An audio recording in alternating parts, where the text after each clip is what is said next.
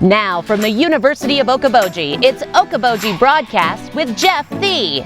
Welcome to Okoboji Broadcast, everybody. I'm Jeff Thee. I have here with me the Executive Director of Okoboji Foundation. Mindy Gress is here with me. Yeah, good morning. Good morning.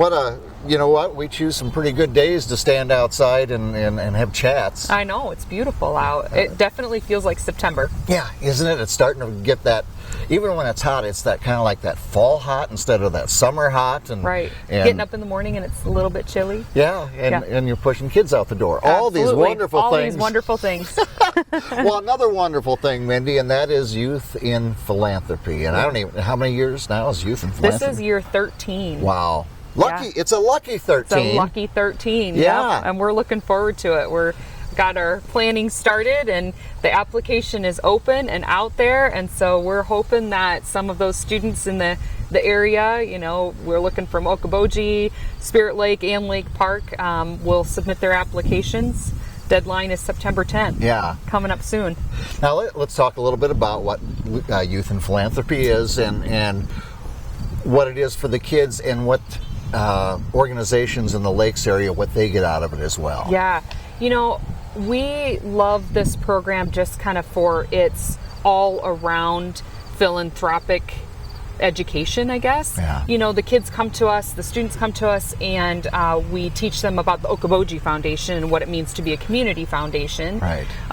But we're also hoping that they understand that to be part of a community, it's our responsibility as community members to be involved, whether that is your time, talent, or your treasures. And of course, we see all of that. Right. One of our in abundance around in abundance, here. yeah. You know, one of our favorite activities, and I think I say this every year, is to sit down with the students and make a list of all of the things that they love to do in the Lakes area, and then connect that to a local nonprofit right.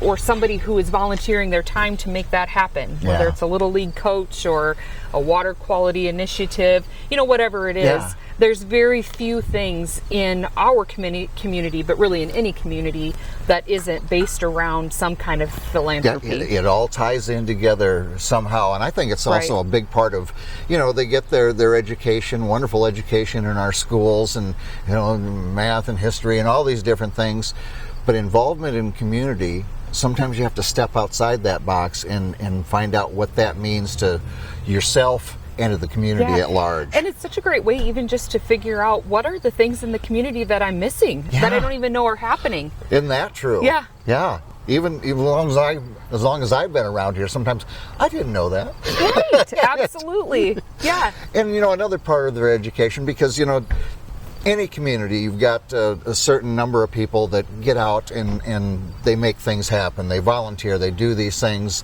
And if we don't do it generationally and keep people involved in that, at some point, we're going to miss that step, and we're going to miss those people being involved too. It's true, you know, and that's something that I think probably every nonprofit talks about, you know, as they're talking about their boards and their turnovers and that, and you know, the raising of funds. Yeah. You talk about this generation who has been so giving, and how are we going to kind of replicate that and keep that going? Yeah. And yet the generations always step up, and it's always happening. But it's programs like this that create the awareness that that's what's needed to keep a community running. Awareness and enthusiasm. And enthusiasm. Yes. Yeah, and kind of that, you know, take charge of, I'm a part of something feel. Yeah. Yeah. And just as an example, we were talking about last year, these, and they are kids, raised how many dollars and distributed how much? Yeah, they raised and granted out over $50,000 all on their own. Yeah. I mean, it's just fantastic.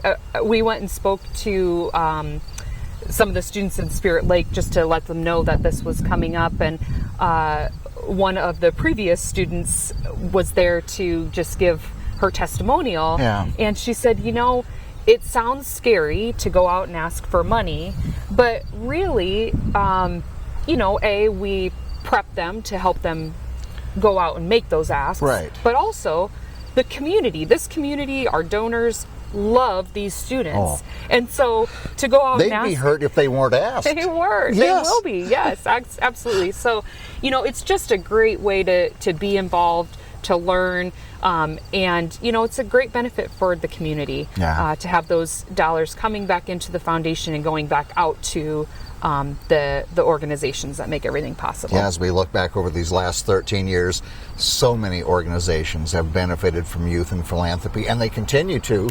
Yes. Year after year, and so we're glad the students still want to be involved. We're glad that we still have things to improve around here. Right. And as I found in local government, any infrastructure you do doesn't stay good forever. There's always upkeep or something that needs to be done. Absolutely, absolutely. And it's just so interesting because last year in our just larger grant process, over $700,000 was requested, from area nonprofits, and we know that's not even all inclusive of what the need is out there, right?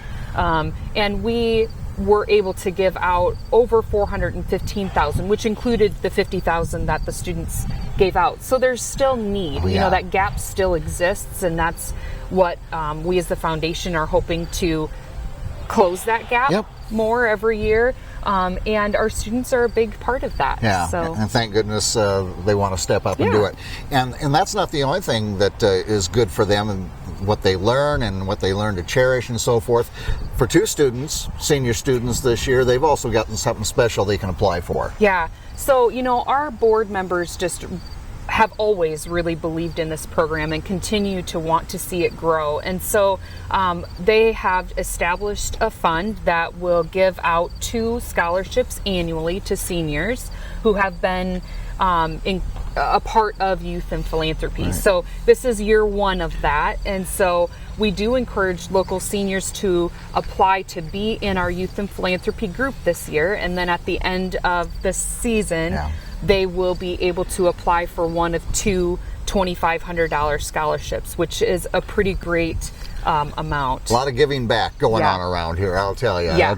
What a wonderful thing that is.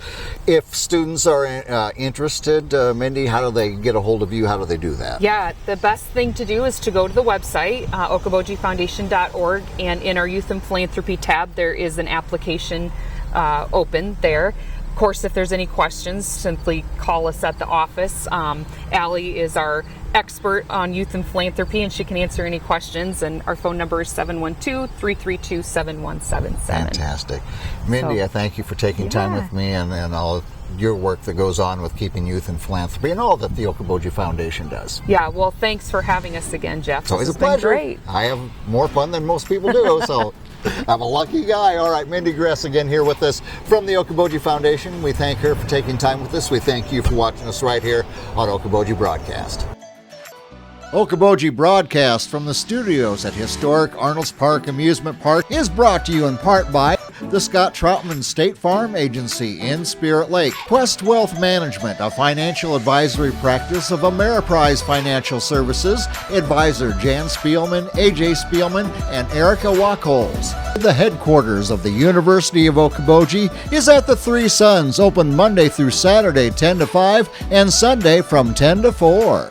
Bank Midwest, dream big, plan wisely, live well. Lakes Regional Healthcare and Avera partner, Ruthven Locker at the Lake, where carnivores are welcome on Hill Avenue in Spirit Lake. Beck Engineering in Spirit Lake. Be Radiant Laser Skin Studio in the Okoboji Plaza in Okoboji.